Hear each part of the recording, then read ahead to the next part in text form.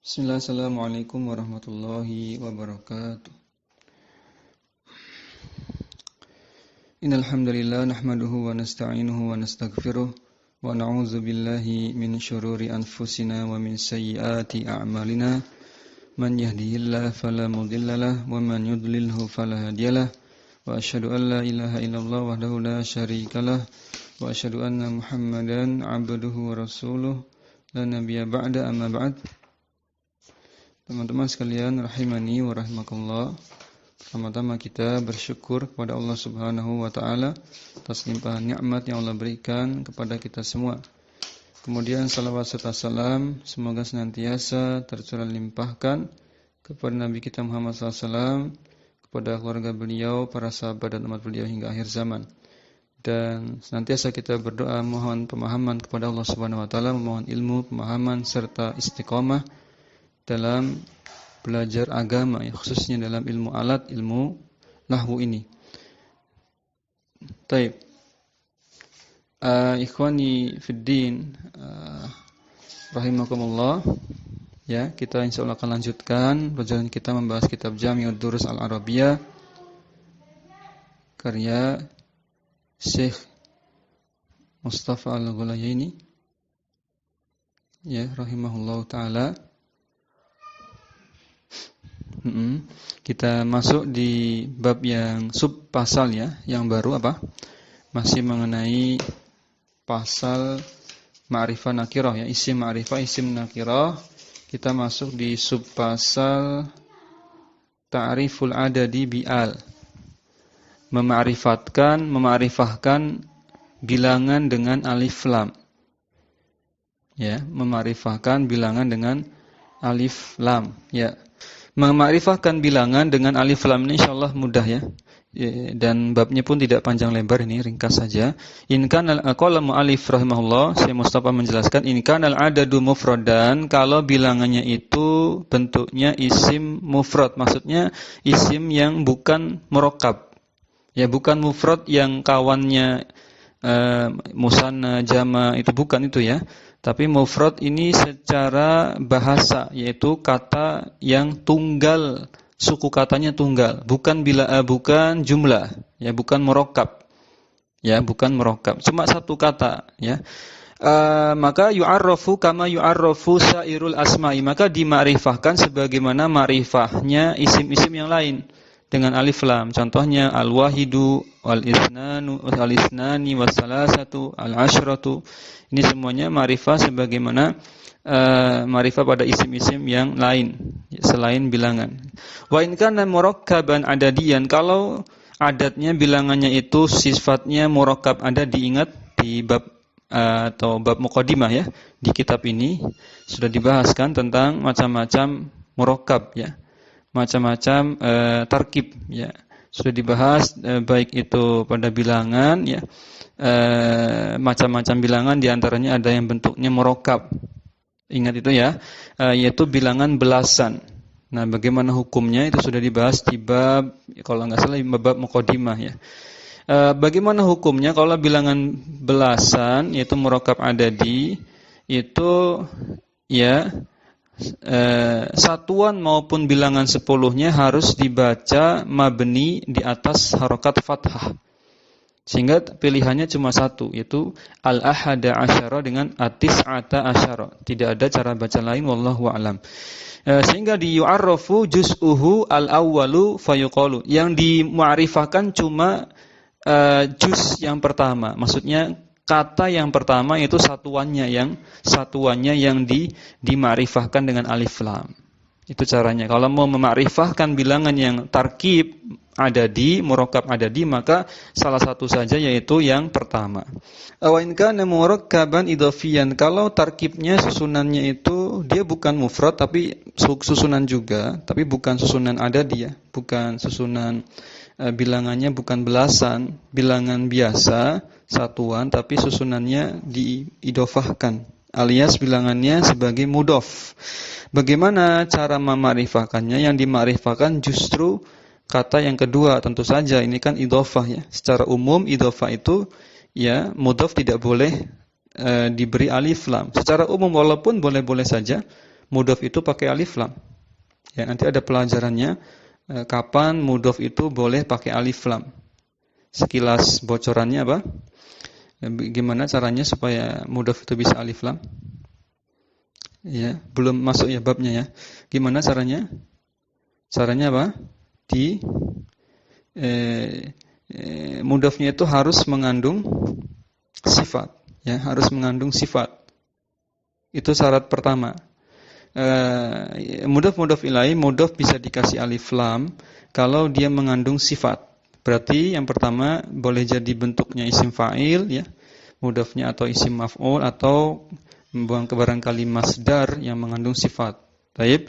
Syarat kedua, mudhof itu diberi alif lam ketika idhofah itu hanya simbolis saja. Tidak ada kandungan makna idhofah di dalamnya. Jadi cuma idhofah secara simbolis saja, bukan hakikat. Karena hakikatnya dia tidak terkandung idhofah. Maksudnya gimana, Ustaz? Kita ingat idhofah itu punya kandungan. Apa? Ada kandungan huruf jar, ya kan? Huruf jar lam, huruf jar min, huruf jar apalagi? Fi, ya. Fi, lam, mim. Contoh yang fi, apa misalkan? Atau yang contoh yang lam, Rasulullahi. Nah, Rasulullahi itu cocoknya adalah terkandung huruf jar lam. Seakan-akan kita mengatakan ar-rasulu lillahi. Rasul itu milik Allah. Atau pakai min juga bisa. Ar-rasulu minallahi. Rasul itu berasal dari Allah, utusan Allah. Gitu, mafhum? Jadi ada kandungan idhofah. Nah, kalau yang seperti ini, mudhof yang pakai alif lam tadi, tidak ada kandungan huruf jar itu, huruf jar idhofahnya, tidak ada kandungan huruf jarnya. Jadi cuma simbolis saja sebagai idhofah. Itu dua syarat yang ana ingat mengenai mudhof yang dibolehkan pakai alif lam. Dan nanti teman-teman pasti menemui di beberapa kitab cara bacanya tetap idhofah. Ya, bukan na'at man'ut nanti, walaupun dua-duanya alif lam.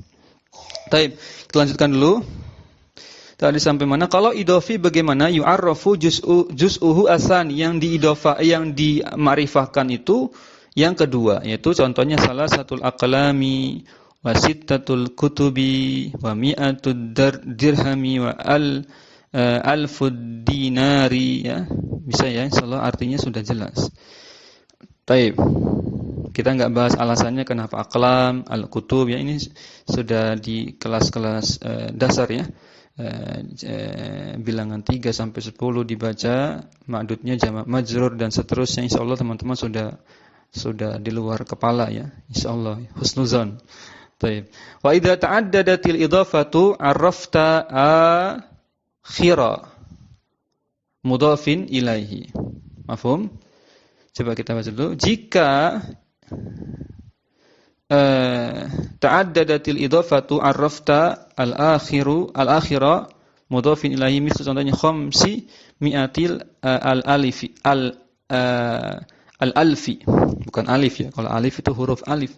Alf, ya, alf itu bilangan berapa? 1000, ya. Berarti kalau khamsi mi'ah al-alf berapa itu? 500. Ya, 500.000. Nah, di sini dikatakan kalau idhofahnya itu berbilang. Nah, ta'addud, ya, kalau di istilah syariat itu ada istilahnya ta'addud, berpoligami. Nah, bilangan juga bisa berpoligami. Di sini dikatakan idhofah juga bisa berpoligami dalam konteks secara bahasa. Ta'addada itu ya berpoligami. Bisa banyak gitu. Kalau bahasa lainnya apa? Idhofah bertingkat, ya. Ta'addadatil idhofatu 'arafta, jika idhofahnya itu bertingkat, berkali-kali seperti ini, khamsi dengan mi'ah, mi'ah dengan alf, gitu kan? Maka 'arafta, kamu ma'rifahkan, engkau bisa ma'rifahkan akhira mudhaf ilaih. Mudhaf ilaih yang paling akhir. Ya. Mudhaf ilaih yang paling akhir, yaitu yang al-alfnya. Baik, jelas, ya. Kemudian contoh yang kedua itu apa? Wa sab'atu al-alaf, ya. Al-alaf itu bentuk apa? bentuk ini ya, 1000. Al-alaf berarti 1.000.000. Alaf itu 1000 ya. Karena alaf itu bentuk jamak dari alfun. Tapi ingat, sejamak di sini secara tekstual ya, bukan kandungannya. Kandungannya tetap 1000, teman-teman. Ya, tetap 1000. Cuma ini karena kena efek sab'ah ya. Jadi jamak majrur si alafnya ini kena efek adanya sab'ah, seakan-akan alafnya ini dianggap ma'dudnya. Wallahu a'lam ya, di sini karena alaf itu bentuk jamak, bentuk ya, bukan kandungannya. Kandungannya tetap 1000, bukan berarti alaf itu 1000 kali 1000, 1.000.000, enggak. Berarti sab'atu al-alafi ad-dirhami. Berarti 7.000 ya, 7.000 ya 7.000 benar ya, dirham. Ya, sama kalau kita bilang, kalau mau bilang 10.000, gimana caranya? Asyratu alafin, gitu. 10.000 asyratu alafin. Jadi alafnya itu kena efek jamak majrur, dianggap seperti ma'dudnya dari asyrah atau sab'ah. Kalau di sini contohnya sab'ah. Sab'atu alafi ad-dirham. Ini double idhofah. Idhofah sab'ah dengan alaf, alaf dengan dirham. Maka yang diberikan alif lam ma'rifah yang dirhamnya, yang paling akhir. Kemudian wa khamsi mi'atin alafi dinarir rajuli. Oh, ini panjang sekali.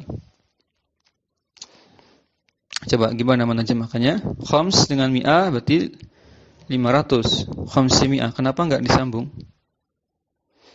Kalau di atas itu tadi disambung ya. Khamsi mi'atin. Alaf ya, alafnya 1.000, 500.000 dinar ar-rajuli. Wasit sittimi'ati alfi dirhami gulami rajuli. Ini juga diidofakan berkali-kali. Ini berapa kali? Ini mungkin salah ketik ya teman-teman. Sepakat enggak? Harusnya khamsi mi'ati alfi dinari ar-rajuli. Ya gitu. Karena kalau mi'atin nanti enggak cocok ya. Mi'ati ya, mi'ati alf ya. Gitu, berarti terjemahnya 500.000 dinar miliknya si rajul. Jadi dinar terhadap rajul itu idhofah yang mengandung makna lam ya. Pemilik kepemilikan, lam jar. Dinarin lirrajuli gitu, seakan-akan begitu. Sittimi'ati alfi dirhami gulami rajul. Ini lebih panjang lagi. Berapa kali idhofah itu? 1, 2, 3, 4, 5. 5 kali ya. Masya Allah, ini contoh yang paling panjang idhofah bertingkat. Tapi biar mafhum ya, maka yang diberi alif lam yang paling akhir. Tapi jelas. Wa in kana al-adadu ma'tufan wa ma'tufan alaihi yu'arraful juz'ani ma'an. Kalau bilangannya mau diberi alif lam itu bilangannya susunannya atau ma'tuf seperti bilangan 20-an, 30-an ya, 31, 32, 33, 34 gitu ya. Yang ada waw-wawnya itu namanya adat ma'tufan alaih. Nah, ini hubungannya ataf ma'tuf nanti. Maka dibaca normal i'rabnya, tergantung konteks kalimat, bisa dibaca dhamma akhirannya, bisa dibaca fathah, bisa dibaca kasrah akhirannya. Contohnya al-khamsatu wal khamsina rajulan. Khamsah dengan khamsin berarti berapa itu? 55 ya. 55 orang laki-laki. Nah, kalau seperti ini, maka yang dimakrifahkan itu dua-duanya. Dua-duanya apanya? Bilangannya. Atofnya yaitu khamsin, al-khamsin, kemudian ma'tufnya juga kena al-khamsah. Kenapa? Ingat bahwasanya atof ma'tuf itu ya kalau kena i'rab ya harus sama. Ya, ini atof ma'tuf hubungannya harus sama. Kalau atofnya ma'tufnya itu ma'rifah, atof juga harus ma'rifah. Gitu kan? Contoh lain, wasittu atau sitti, dibaca sitti karena tadi ada kaf ya, kaf tasbih, yaitu kaf huruf jar tadi. sitti wasamanina imra'atan atau wasamanina imra'atan. Berarti samanin 80, sitnya itu 6 ya, 86 orang perempuan. Ya, diberi alif lam samanin dan diberi alif lam as-sittanya. Baik. Lihat khilafiyahnya, ada khilafiyah di antara ulama, kita baca. Wa minal ulama'i, di antara ulama, man ajaza, membolehkan ta'rifal juz'aini fil murakkabil idhafi. Membolehkan memakrifahkan kedua bagiannya. Mana tadi coba? Murakkab idhafi yang mana? Yang tadi ya panjang itu idhafanya itu. Boleh memakrifahkan dua bagiannya. Contoh, dua bilangannya ya. Salah satu rijali wal mi'atil kitabi. Maka dimakrifahkan kedua bagiannya.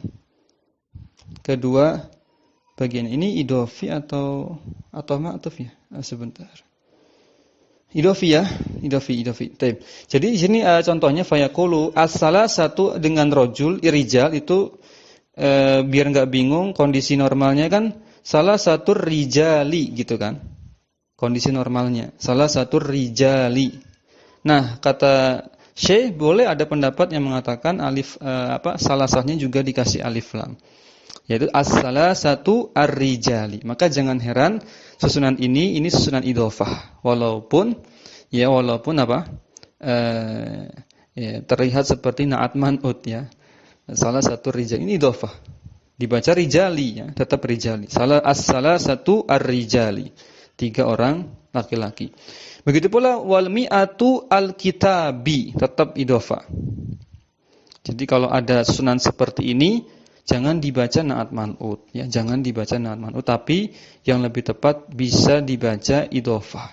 Berarti dibaca wal mi'atu al-kitabi, 100 buah buku. Kita bahas ringkas saja. Ini berarti perinciannya tadi sudah disinggung tadi ya, al-mu'arraf bil idhofah. Kita baca lagi wa al-mu'arrafu bil idhofati, memakrifahkan dengan cara diidhofahkan. Nah, ini lebih spesifik ke ke prosesnya ya. Prosesnya atau alasan atau cara ya, cara memakrifahkan dengan cara idhofah, mengidhofahkan, menyandarkan. Al-mu'arrafu bil idhofati huwa ismun nakiratun udhifa ya. Diidhofahkan maksudnya isim nakirah yang diidhofahkan kepada atau pada salah satu dari isim-isim ma'rifah yang telah lewat pembahasannya, zikruha, yang sudah lewat penyebutannya. Kita tahu ada isim-isim ma'rifat apa saja, sudah kita bahas semua ya. Ada al-alam, ada dhamir ya, ada isim mausul, isim istifham, isim syarat, kemudian apa lagi? Dan semisal itu. Nah, maka setiap kata, setiap isim yang menjadi mudhof terhadap mudhof ilaih yang merupakan isim ma'rifah, misalkan ada isim bersandar pada dhamir, ada isim bersandar pada isim isyarah, ada isim bersandar pada nama orang, maka mudhofnya ini menjadi ma'rifah juga. Ya, fakta sabah at-ta'rifa bi idhofatihi ilaihi. Maka iktasaba, maka menjadilah ma'rifah isim tersebut, mudhof tersebut bi idhofatihi ilaihi, dengan proses penyandaran tersebut, dengan menyandarkannya. Gampangnya induksi ya, terjadi induksi. Kalau isim yang semula nakirah didekatkan dengan isim ma'rifah ya tertular gitu, maksudnya tertular jadi ma'rifah juga walaupun tidak ada alif lamnya. Ya, contohnya apa? Misalkan Rasulullahi. Rasul, kalau cuma rasulun saja kita masih bingung. Ini rasulun, ini rasul yang mana? Nabi kita Muhammad atau Nabi Ibrahim atau Nabi Musa, Nabi Isa ya. Mafhum ya? Tapi kalau sudah Rasulullahi, dan itu konteksnya adalah di kitab-kitab para ulama di zaman sekarang, zaman umat Muhammad, berarti Rasulullah itu sudah ma'rifah, orang sudah tahu berarti Rasul ini maksudnya Nabi Muhammad. Ya, mafhum ya? tidak yang lain. Karena sudah jadi ma'rifah rasulnya, sudah nempel ke lafaz jalala Allah yang merupakan ma'rifah dengan alif lam. Dan ingat bahwasanya lafaz jalala Allah merupakan isim ma'rifah yang paling ma'rifah. Jadi kalau diurutkan, isim ma'rifah itu sebenarnya yang paling ma'rifah itu bukan domir, bukan alam, tapi lafaz jalala Allah.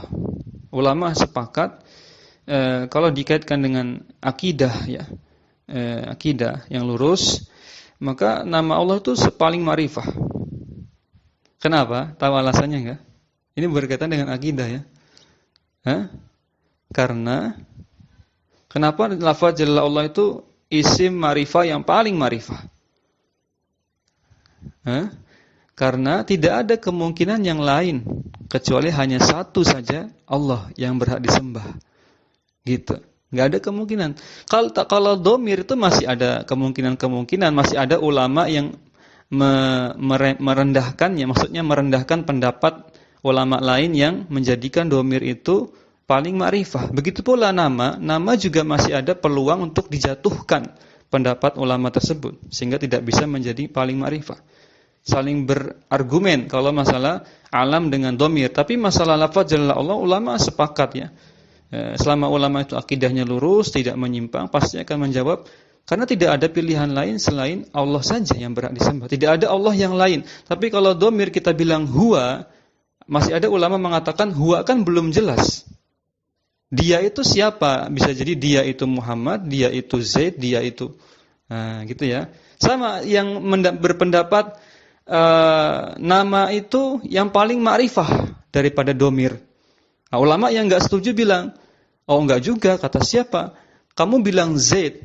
Bisa jadi Z yang di kampung ini, Z yang di kota Jakarta, kan beda. Z yang mana? Sama-sama saling berargumen, ya, saling menjatuhkan. Intinya, isim paling ma'rifah itu sebenarnya lafaz jalala Allah. Itu yang baru kita yakini ya. Baik. Kemudian, sedikit lagi tadi mana? Zikruha tadi. Fakta sabah at-ta'rifa bidhafatihi ilaihi jelas. Misal contohnya kitab, lafaz kitab pada kalimat hamaltu kitabi. Aku membawa buku saya, bukuku. Hamaltu kitabi. Mana yang ma'rifah? Kitabnya. Lafaz kitab di situ bersandar pada ya mutakalim yang merupakan domir ya. Domir itu kan isim ma'rifah. Jelas ya. Jadi kitab itu ma'rifah dia. Kitabu aliyin. Ya, atau itu nyambung kali ya, ataf ke hamaltu ya. Hamaltu kitab aliyin. Aku membawa kitabnya Ali, gitu kan terjemahnya. Ali kan nama alam, ma'rifah, maka kitabnya jadi ma'rifah juga. Wa kitab hadzal ghulami. Hadza isim isyarah. Dia menjadi mudhaf ilaih dari kitab, maka kitabnya menjadi ma'rifah. Adapun al-ghulami itu bukan idhofah ya, itu badal kan dari hadza. Kitab hadzal ghulami. Baik. Juga wa kitabal ladzi, ini contoh yang mudhaf ilaihnya yang disandarkannya ini adalah isim mausul. Juga kitabnya menjadi ma'rifah karena al-ladzi itu isim ma'rifah juga. Kitabal ladzi kana huna wa kitabar rajuli. Sama, kitabar rajul ini kitabnya bersandar kitab rajul ya. Kitabar rajul bersandar pada rajul yang merupakan dia sudah ma'rifah karena alif lam. Waqad kana qabla al-idhafati nakiratan, yang sebelumnya merupakan isim nakirah si kitab tadi, la yu'rafu kitabu, tidak diketahui kitab mana yang dimaksud. Kitabu man huwa, kitab mana, kitabnya siapa yang dimaksudkan. Jadi belum diketahui kalau cuma sendirian kitabun saja, maka belum diketahui, belum bisa dimarifahkan kitab ini kitab yang mana, kitabnya milik siapa gitu ya. Baik, jelas? Mudah ya? Baik, yang terakhir munada al-maqsud. Ya, sekarang munada maksud ya. Munada maksud ini juga sudah pernah kita bahas ya. Munada maksud salah satu jenis isim ma'rifah, yaitu munada yang dipanggil dan sudah ditentukan orangnya. Ya, munada maksud ini lawan dari munada ghairu maksud. Kalau ghairu maksud memanggil seseorang tapi umum ya, lebih umum. Ana sering gambarkan kalau di ngajar jurumiyah atau muyasar tuh Munada maksud itu dengan munada ghairul maksud seperti ibaratnya ada sebuah kasus kecelakaan di sebuah kampung ya, di sebuah kampung ada sungai, dua kendaraan jatuh ke dalam sungai tersebut. Satu kendaraan bermotor milik Pak Budi, gitu ya, gampangnya gitu aja. Yang kedua kendaraan bermotor milik Pak Asep. Nah, Pak Budi itu orang kampung asli situ. Orang-orang kenal dia, dan Pak Budi juga kenal warga di kampung tersebut yang dia kecelakaan tadi, jatuh ke sungai gitu ya. Yang Pak Asep ini bukan orang kampung, dia orang luar, lagi mampir aja lewat di kampung tersebut, ada keperluan. Sehingga warga tidak kenal dia dan dia pun tidak kenal warga. Apa yang terjadi ketika Pak Budi yang merupakan warga asli di kampung tersebut tercebur, lalu dia minta tolong, otomatis dia minta tolong dengan panggilan, munada, dengan nida, dengan seruan. Dia bilang apa? Tolong ya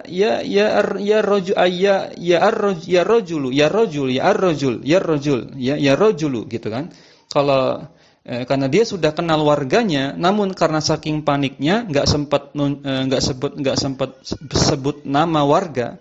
Karena saking paniknya nggak sempat sebut nama warga, dia hanya bilang ya rojulu sambil telunjuk jarinya menunjuk salah satu warga. Karena kenal. Cuma dia nggak sempat bilang nama karena saking paniknya pengen cepat-cepat selamat gitu ya. Pokoknya sambil nunjuk, tolong kalau bahasa Indonesianya, tolong Pak Fulan sini bantu saya. Nah, gitu. Tolong saya sambil nunjuk Bapak Fulan gitu. Karena kenal. Karena itulah namanya maksud, sudah ada tujuannya. Dia menyeru itu. Tapi kalau ghairul maksud pada Pak Asep, dia tercebur sungai tadi karena nggak kenal warga, dia cuma bilang ya rojulan. Ya, unsurni misalkan, bantulah saya. Ya rojulan, dia nggak nunjuk siapa-siapa karena nggak kenal. Sehingga dibaca nakirah. Ya rojulan. Gitu. Umum, pokoknya dengan bahasa Indonesia, pokoknya siapapun bantu saya, gitu. Mau bapak ini, bapak itu, terserah, pokoknya bantu saya nggak kenal Anda, karena saya nggak kenal. Jadi mafhum ya, ini gambaran perbedaan nakirah maksud dengan nakirah ghairul maksud. Ya, atau munada maksud, munada ghairul maksud. Ini yang maksud yang kita bahas.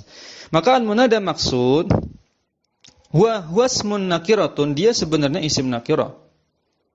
Ya, qusida ta'yinuhu bin nida. Nah, barulah menjadi ma'rifah dengan dita'yin, dimaksudkan ta'yin penunjukan dengan panggilan. Tadi ya ditunjuk pakai jari gitu ya.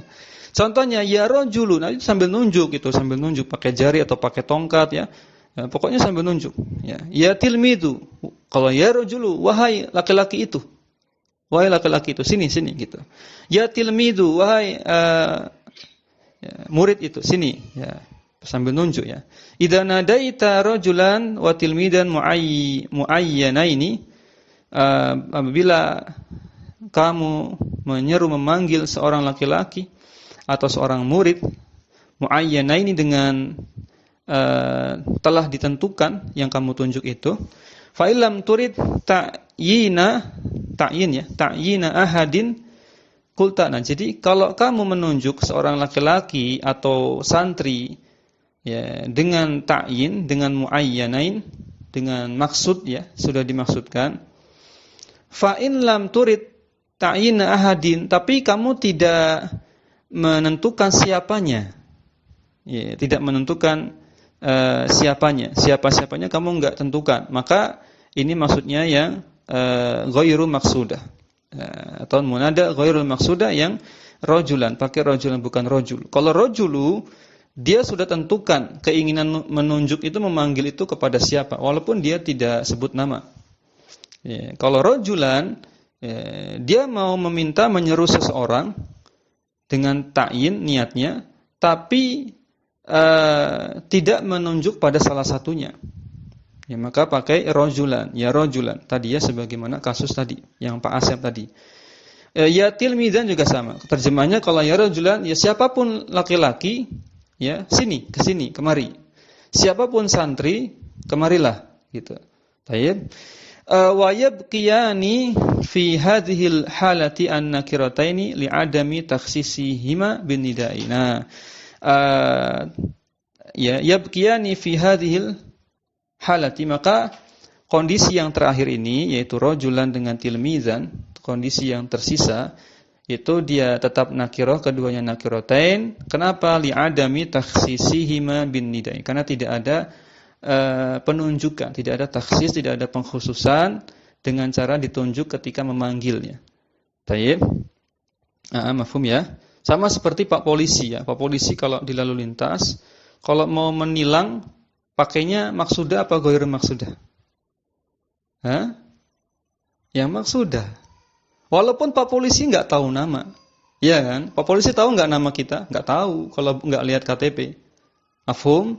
Itu yang maksudah. Sini kamu, situ yang nggak pakai helm, sini.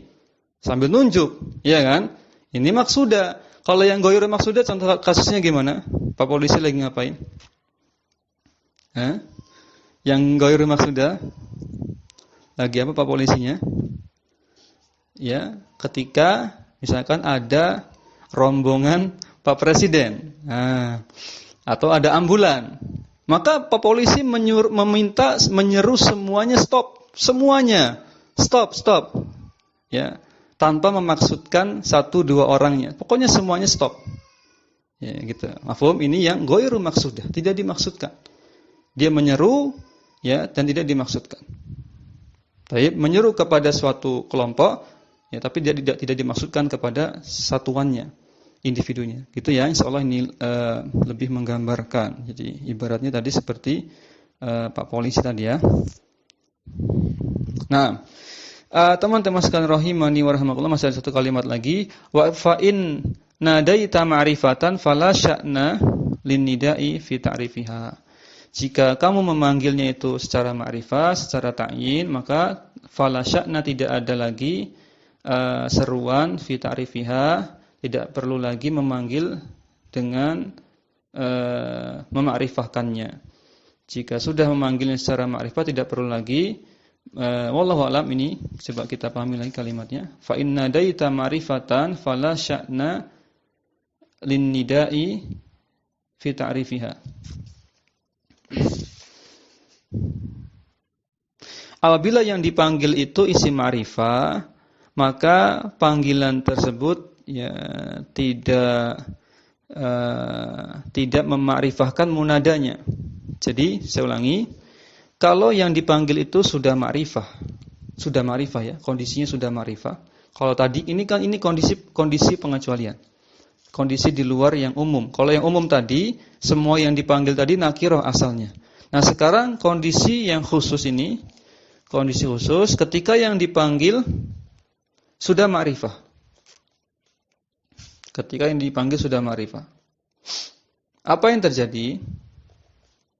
Maka kata Syekh, fala sya'na lin nida'i fi ta'rifiha. Maka panggilannya itu tidaklah sama sekali menjadikannya ma'rifah. Mafhum? Jadi bukan karena panggilannya yang memakrifahkannya, karena dia sudah ma'rifah. Jelas ya? Apa contohnya? Nak manggil nama orang ya.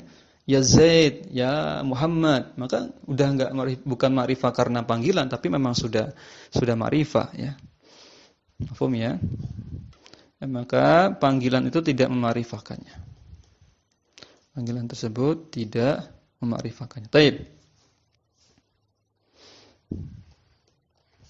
Sampai sini ada pertanyaan?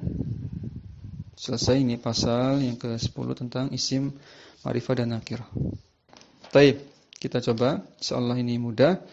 Yang ke-11 silakan dibuka, pasal yang ke-11 isim fi'il. Tadi ke akhwat lagi sekarang. Jadi kita masuk pasal 11, ini pengantar saja, nanti kita ulang lagi di pertemuan berikutnya. Asmaul al-af'ali ya, isim-isim fi'il, isim yang memiliki makna fi'il ya, memiliki ciri seperti fi'il, tapi tidak sempurna ya. Tapi apa itu? Kita lihat ismul fi'li kalimatun tadullu ala ma yadullu alaihil fi'lu. Jadi kata yang menunjukkan indikasi seperti fi'il. Mungkin lebih enak terjemahnya begitu. kata yang menunjukkan indikasi fi'il. Kata yang menunjukkan indikasi suatu fi'il. Baik. Ya. Ghairu annaha la taqabalu la taqabalu alamatahu. Ya, ghairu annaha tetapi gitu. Tapi isim fi'il ini tidak bisa menerima tanda-tanda fi'il secara utuh. Ya, tidak bisa menerima tanda-tanda fi'il.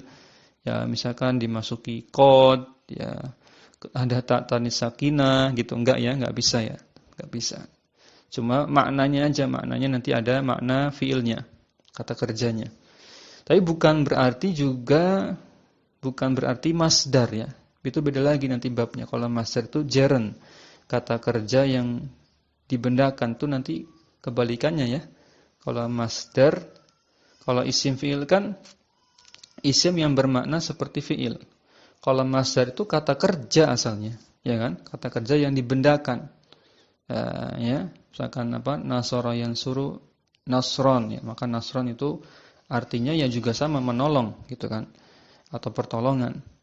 Tapi ini bukan masdar maksudnya, ya, khusus isim fi'il khusus selain masdar. Wa huwa imma an yakuna bi ma'na fi'il madi, bisa jadi maknanya fi'il madi. Contohnya hayhata maknanya ba'uda. Ada dalam ayat Quran ya. Coba dicari ayat surat apa? Ayat berapa, surat apa? Hayhat, Allah Ta'ala berfirman, hayhata lima tu'adun. Nah, surat apa? Siapa yang hafal? Surat apa? Al-Mu'minun ayat 36. Coba catat. Al-Mu'minun 36. Nanti kalau tadarusan kan Ramadan, ya barangkali teman-teman target khatamnya 3 kali ya. Masyaallah ya, 3 kali.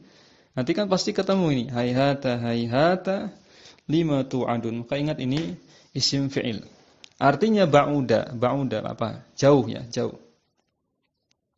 Hayhata lima tu'adun. Itu di surat ba'uda atau ba'id, kalau ditafsirkannya, ditafsir itu ba'id ya, sama saja, ba'id.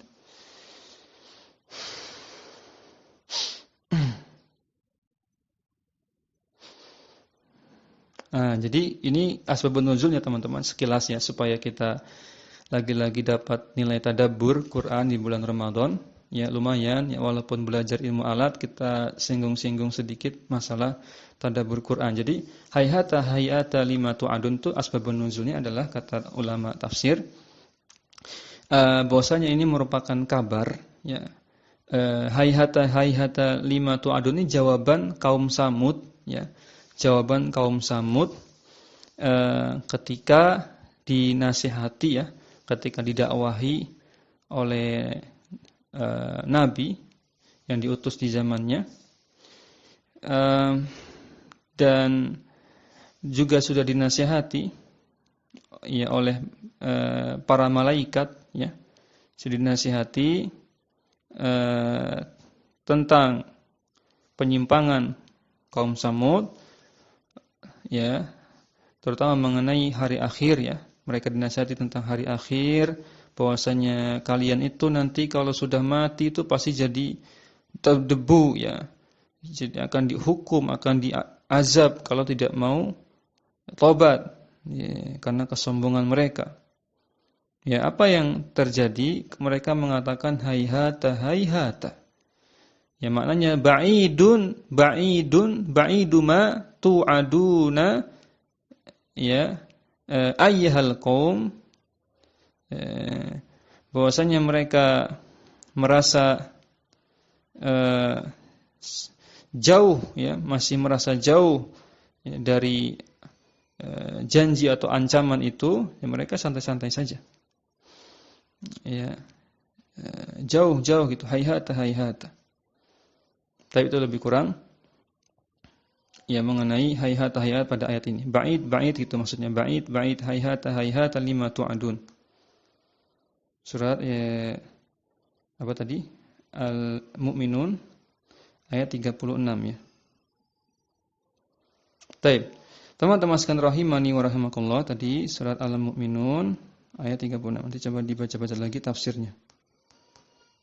36. Nah, tadi hayhata maknanya bu'dun ya, bu'dun atau ba'id juga boleh. Atau ba'uda, fiilnya itu ba'uda. Jadi contohnya pada ayat hayhata lima tu'adun, jauh sekali dari kebenaran apa yang diancamkan kepada kamu itu. Ini mengenai kaum Samud. Jadi mereka sudah diancam dengan hari akhir ya, bahwasanya kalian itu nanti akan memasuki alam kubur, kemudian akan dibangkitkan dari tanah, dari tulang belulang itu kalian akan hancur dari itu kemudian dibangkitkan lagi. Ya, tapi mereka tidak percaya. Ya, sehingga mereka merespon, jauh kok, masih jauh. Nah gitu maksudnya kalau di kita. Jauh kok, itu masa itu hari akhirat tuh belum tentu benar, jauh sekali. Ya, antara kematian dengan kebangkitan ya. Baik. Intinya maknanya adalah pendustaan ya, pendustaan mereka terhadap hari akhir dengan mengatakan hayhata hayhata. Nah, teman-teman sekalian rahimani wa rahimakumullah, kita lanjutkan. Tadi hayhata contohnya maknanya ba'uda. Lanjut kemudian amma bi ma'na fi'il mudhari, yang fi'il mudhari tadi kan ba'uda fi'il madhi ya, ba'uda fa'ula wazannya fa'ula. Fa'ula yaf'ulu, berarti fi'il lazim ya. Atau bima'na fi'lil mudhari'i, atau fi'il mudhari contohnya uffin. Uff, ya, uff surat apa uff? Maknanya adalah bima'na atadajjaru. Yaitu maknanya ya banyak sebenarnya, versi terjemahnya tergantung daerah masing-masing. Intinya ungkapan ketidaksukaan gitu ya. Enggak suka gitu. Kesel ya, atau bahasa Jawanya apa kalau di Jawa? Keselan gitu ya. Kalau misalkan orang tua nyuruh ya, kalau kata beberapa ustadz tuh di antara bentuknya ya enggak mesti ngucap sebenarnya. Cuma ngeluh aja pakai isyarat mata yang gimana gitu ya, isyarat enggak suka gitu. Disuruh tapi enggak suka ya, kita paham ya. Mungkin isyarat mata yang kesel atau cuma mengeluh menggunakan suara dalam ya, suara dalam tenggorokannya ya. Misalkan gitu ya. Itu sudah itu sudah masuk. Kan intinya kan keselnya itu yang enggak dibolehkan. Ya. Kalau terjemah lain mungkin apa? Bosan ya. Bosan, kesel, muak, marah ya. Lebih kurang demikian. Baik.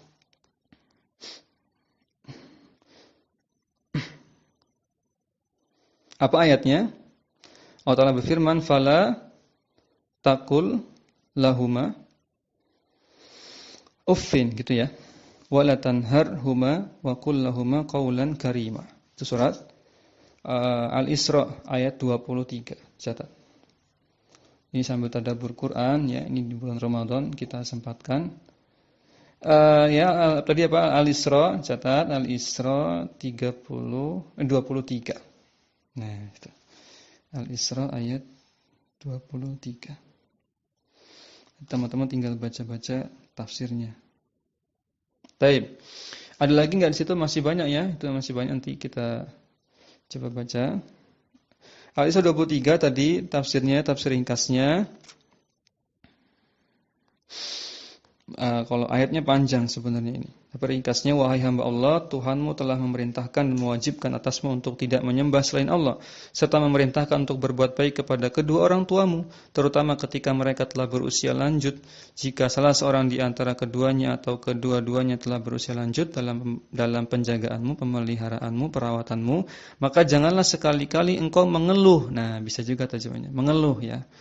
Mengeluh dari mereka dengan kata-kata yang menyakiti. Nah, kan macam-macam ya kata-kata yang menyakiti itu, tergantung daerahnya kan. Beda daerah beda-beda ungkapannya. Dan jangan pula membentak dan berkata kasar kepada keduanya, namun ucapkanlah kepada mereka perkataan baik yang penuh lemah lembut dan santun. Jadi itu teman-teman faedahnya. Baik. Lanjut tadi sampai mana? Itu ya, atadajjaru. Au bi makna fi'lil amr, contoh yang fi'il amr. Atadajjaru fil mudhari ya. Tafa'ala ya tafa'alu kan? Tadajjara ya tadajjaru. Atadajjaru. Baik. Fil amr contohnya amin. Nah, amin ini juga terkait bulan Ramadan ya. Setiap kali sholat kita ucapkan amin. Amin itu maknanya istajib. Amin itu maknanya istajib. Ya Allah kabulkanlah. Karena dalam surat Al-Fatihah itu kan ada doa. Apa doanya? Doanya apa dalam Al-Fatihah itu?